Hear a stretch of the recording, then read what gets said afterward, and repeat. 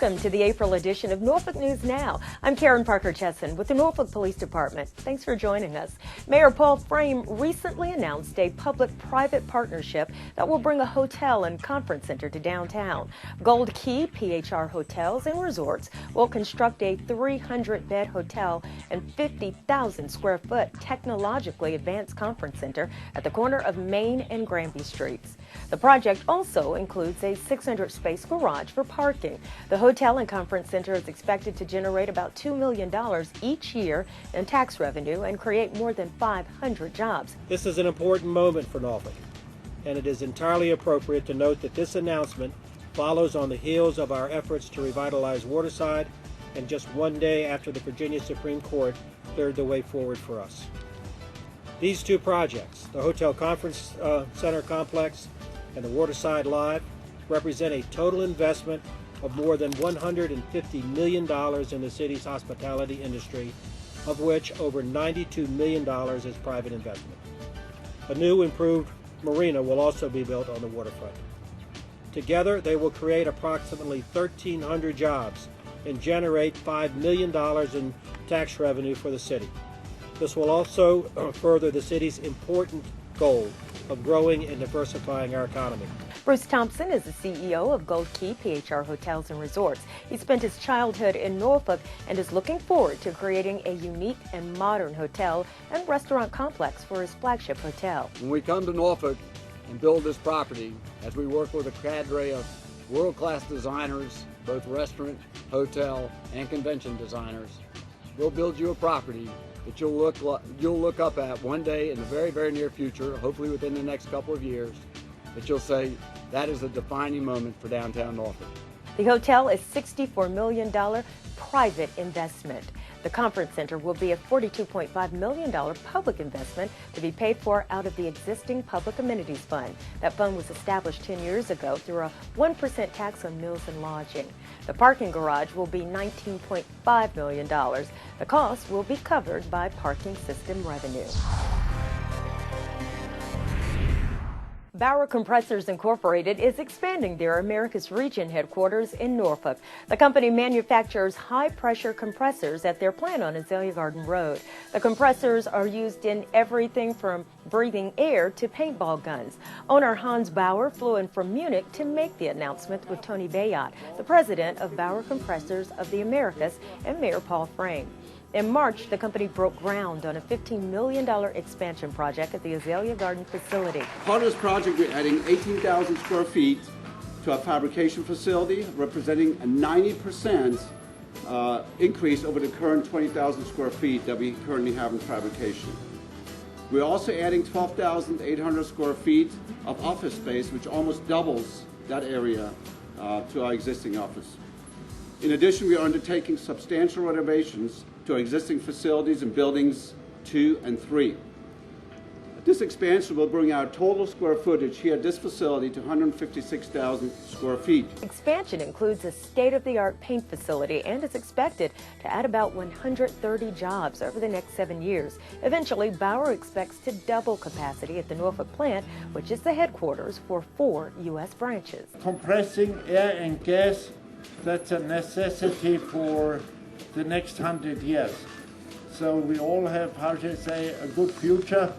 It is just that mix of talent and skills that's made it possible for Bauer to succeed in a highly competitive global economy. And all of that together makes this a great day for Bauer and for the city of Norfolk. The city recently rolled out a new and improved website. The new Norfolk.gov expands customer service options for residents, introduces new mobile applications, and makes management of the site easier for city staff. The improved web experience originated about 2 years ago when City Council and staff got together to identify 6 major priorities. Having a vibrant, interactive, transparent, and easy-to-use website was a major component of all 6 priorities. Norfolk IT and Communications worked with Civic Plus, a municipal web hosting company. Together, they created the new site and saved thousands in upfront design costs while improving site interactivity for users like you. If you've spent any time at all in downtown Norfolk, chances are you've seen the outside of the USS Wisconsin a time or two. But have you ever been inside, really inside the whiskey? Well, the Triple N got a chance to tag along with Nauticus Executive Director Hank Lynch on a special tour of some places that will soon be available for the public to see. Hello folks, my name is Hank Lynch and I have the distinct privilege of being the Executive Director of the National Maritime Center, which includes Nauticus and his wonderful battleship, USS Wisconsin. It is the last and most powerful battleship the United States Navy ever built. It's a true icon of the United States Navy and truly an icon of Norfolk. We are fortunate to be here on this wonderful day. We've been working very, very hard over the last year to make spaces below deck that everybody wants to see available. So come with me. I'm going to show you some of the neat things you're going to be able to see when you come on tour with us this year. We're in aft steering on the battleship Wisconsin. We're on the port side aft steering. The battleship has two huge rudders. These rudders weigh about 50,000 pounds. This is literally the top of the port side rudder. These big rams on either side of this is what moves to push the rudders back and forth. So when a command comes from the bridge, these rams move and move the rudders back and forth. The big propellers, these 22-foot diameter propellers are right in front of us. This is an armored deck. There's about 8 inches of armor above our head. There's armor all around us.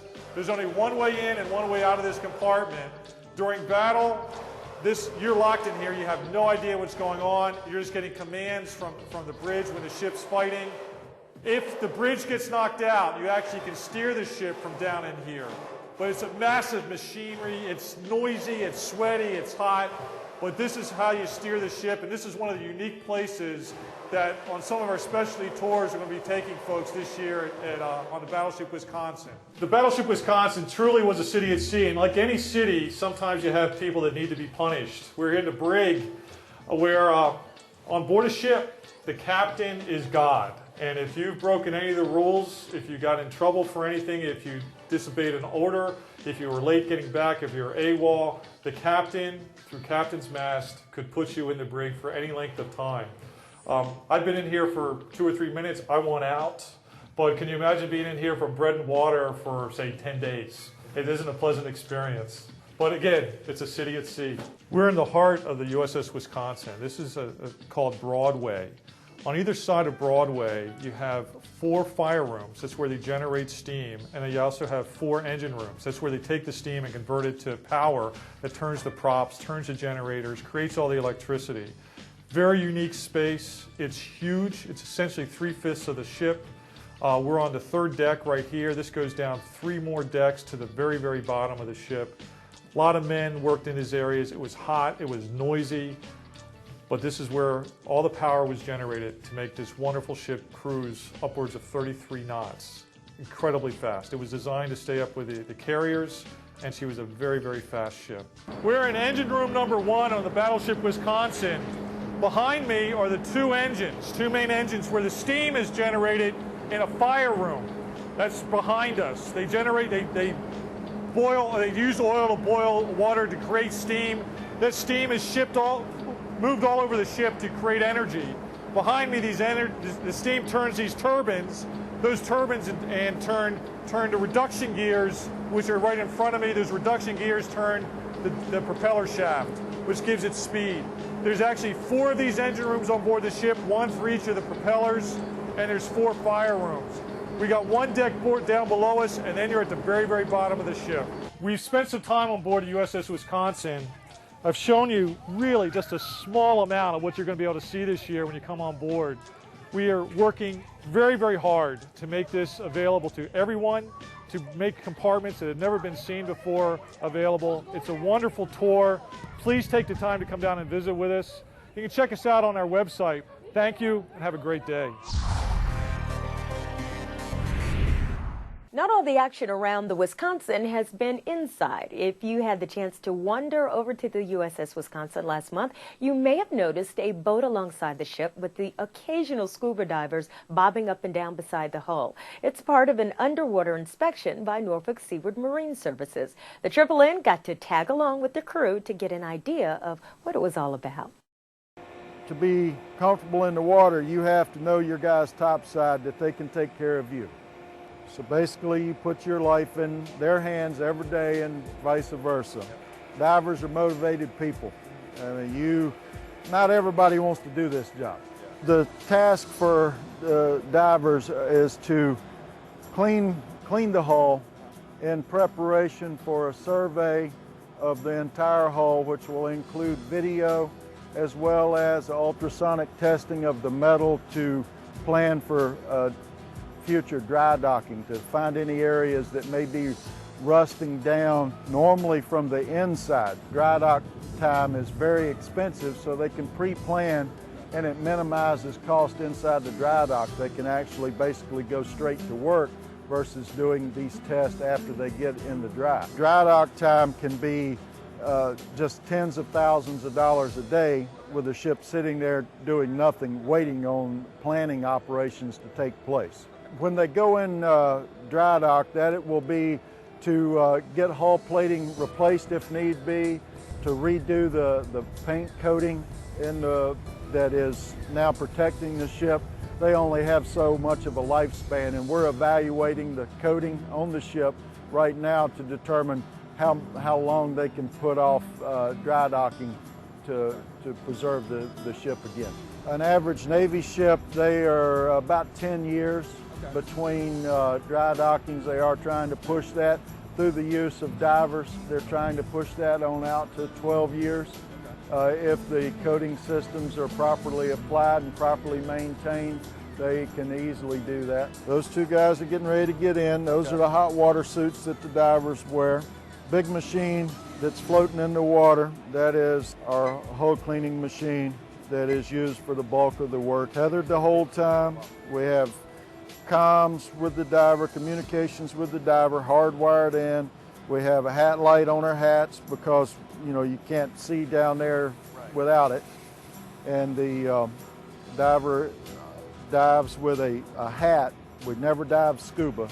Underneath the ship is no place for a scuba diver. Hat weighs about 35 pounds. That white one there is brand new, and that was $7,200. He's rather proud of it. Like I said, nobody jumps in, everybody walks down the ladder, in and out. You see the hose going in, that's the diver's umbilical, otherwise known as the lifeline. And the divers getting in the water, they talk to the dive supervisor who is inside the boat with the communication boxes and monitors all the divers. We generally have 3 divers in the water all day long. He's getting used to the cold water right now. That first rush is always a wake-up call in the morning. 42, 43 degrees right now. He's 4 or 5 feet down right now, if you can still see his hat. So we have some visibility here, which is nice, even though we don't have a whole lot of clearance under the ship. So the diver actually gets on the machine. He's plugging up to the machine now. Now he went in on a dive hose, and he now is unplugging from that dive hose, plugging onto the air line that's on the scamp, on the big machine. And he will have the same thing, the air line, the hot water, the comms, and the hat light. And he will get on the machine and drive it. Layman's terms, that's our big machine, the big lawnmower. And you get on it and you drive it on the hull. There is a tremendous amount of trust between the divers, and because everybody here does the same thing. Okay, everybody's a diver, everybody's a tender. It's just one day you dive, one day you tend. Everybody shares the responsibility, and you have to know, to be comfortable in the water, you have to know your guy's topside, that they can take care of you. He'll be in the water 5.5 to 6 hours.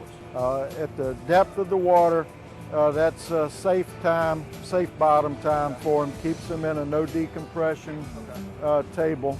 So he will be there all day. Sometimes, if you have time, you can come out for lunch. If you're working extremely hard, of course, it's always good to come out and take a short break, a half hour, get some water hydrated back in you, and then get back in. But our normal bottom times are 5.5 to 6 hours. We take a lot of pride in our work because nobody comes behind us to look. It's not like you have topside inspectors coming behind painters or welders because they can get right there and inspect the work. Well, here we're responsible for our work. so the guys take pride in it, and they work very hard. We've been doing it a long time. We've learned a lot of tricks, and we take pride in what we do. That's all I can say. Winter hasn't quite released its grip yet. The colder temperatures can stress pipes, which can lead to leaks or bursting. The city actively monitors water mains throughout Norfolk to check for leaks, but you should check your home's plumbing for leaks and damage as well. The most common household leaks are toilet flappers, dripping faucets, and other leaking valves. Even a minor leak can be costly. A leaky faucet dripping at a rate of 1 drip per second can waste more than 3,000 gallons of water each year. A leaking shower head dripping at 10 drips per minute waste another 500 gallons. A constantly running toilet can waste some 200 gallons of water every day. The good news is, in most cases, the leaks can be repaired without major investments and can be handled by do-it-yourselfers. Keep Norfolk Beautiful is sponsoring their annual Green Reader program throughout the month of April as part of the Great American Cleanup. Volunteers spend some time reading to kids in classrooms throughout the city. The idea is to guide students toward environmental and community stewardship in their schools, their homes, and anywhere else they travel. Keep Norfolk Beautiful anticipates reaching about 5,000 children in Norfolk Public Schools during this year's event. I just think it's fantastic. It's wonderful. The kids really do need people to come in and read to them. Some of them don't have a lot of materials at home, so anything that the public can do to come in and read is fantastic, and we really appreciate it. What a wonderful program. As an added bonus, city staffers now have the opportunity to help by being volunteer readers. A recently passed administrative directive allows every city employee up to 4 hours of leave time to be used in Norfolk Public Schools. City Manager Marcus Jones led by example. He and several other city executives volunteered as green readers at Ingleside Elementary to kick off the program. When we come back, big-time college hoops at Scope, plus the City Therapeutic Recreation Center stretches outward. Rob, what's up? How's it going? Guys, this is my cousin Rob from Michigan. What's up? He's a teenager. Hey, what's up? All right. Oh, hey, you want to slow down? No. Really? Huh. Hey, you know what a beautiful animal is? A horse. A horse. Yeah. Beautiful mane. Unbelievable muscle tone. When it runs, it looks like poetry in motion. It's the most beautiful thing on earth. And sometimes when you feed a horse, its lips will tickle your hand. Just tickle it just a little bit. It makes me giggle sometimes. I don't know. I guess what I'm trying to say is, if you don't slow down, I'm gonna bite into your head like an apple. And thanks, guys, for listening to my horse stories. I could talk about ponies all day long. Welcome back to the Triple N. Recreation Parks and Open Space staff and city leaders held a ribbon-cutting ceremony to kick off the city's Therapeutic Recreation Center expansion in Bayview.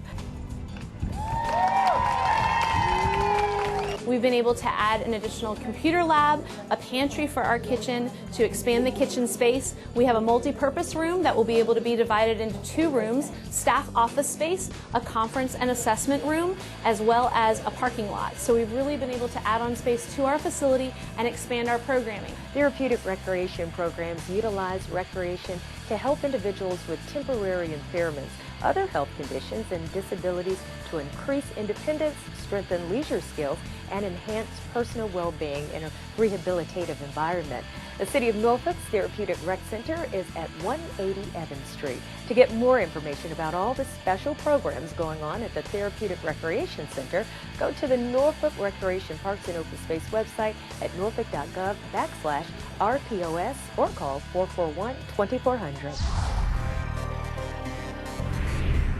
With spring finally on the horizon, are you looking for a way to make new friends and get or stay in shape? How about starting a neighborhood walking group? It doesn't take much time or effort to put a group together. Start with getting permission to post flyers in places where other interested walkers will see them. The local library, rec center, or cafeteria. Invite anyone interested to an informal meeting in a public place. Once you gather everyone, you can work out the specifics together. How often will the group meet and at what time? How far will you walk. What will you do in bad weather?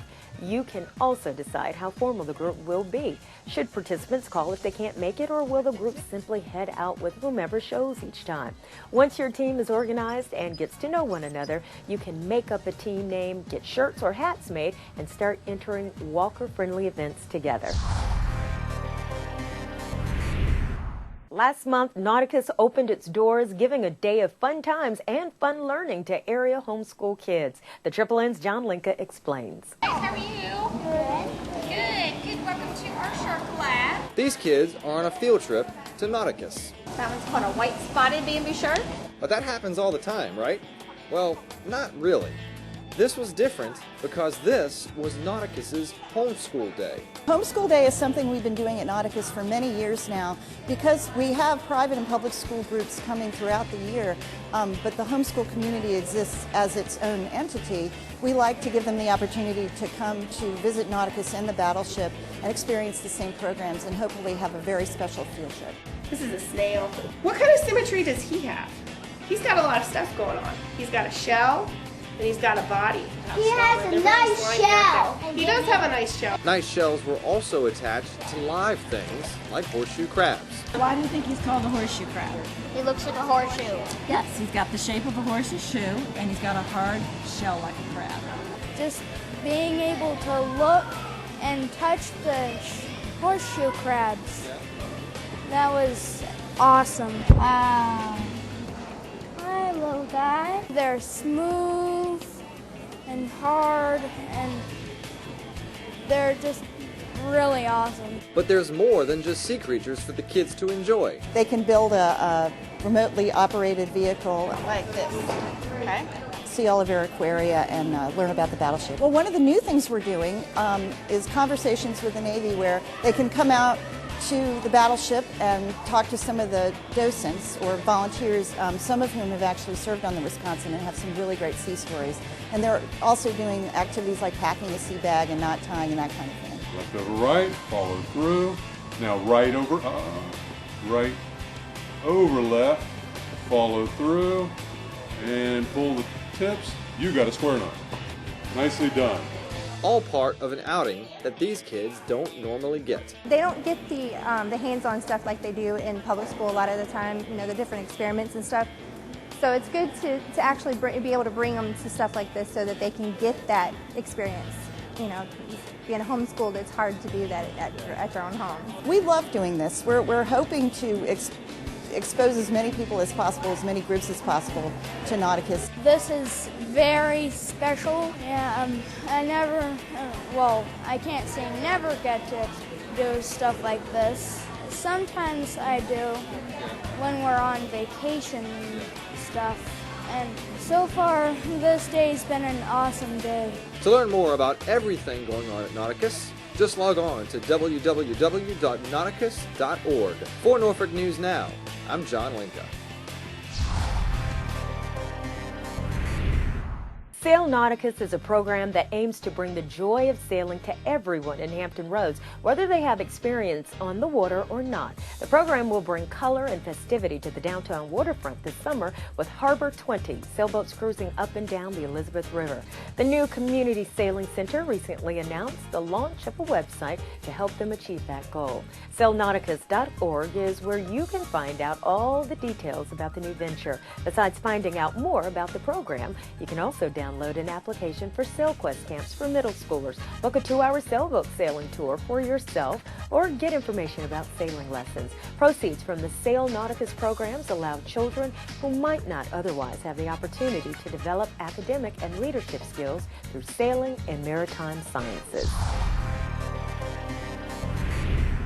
For the first time since the 1990s, the Mid-Eastern Athletic Conference men's and women's basketball tournaments return to scope. Our man, Mr. Linka, was there to check out all the sights and sounds played at college basketball's highest level.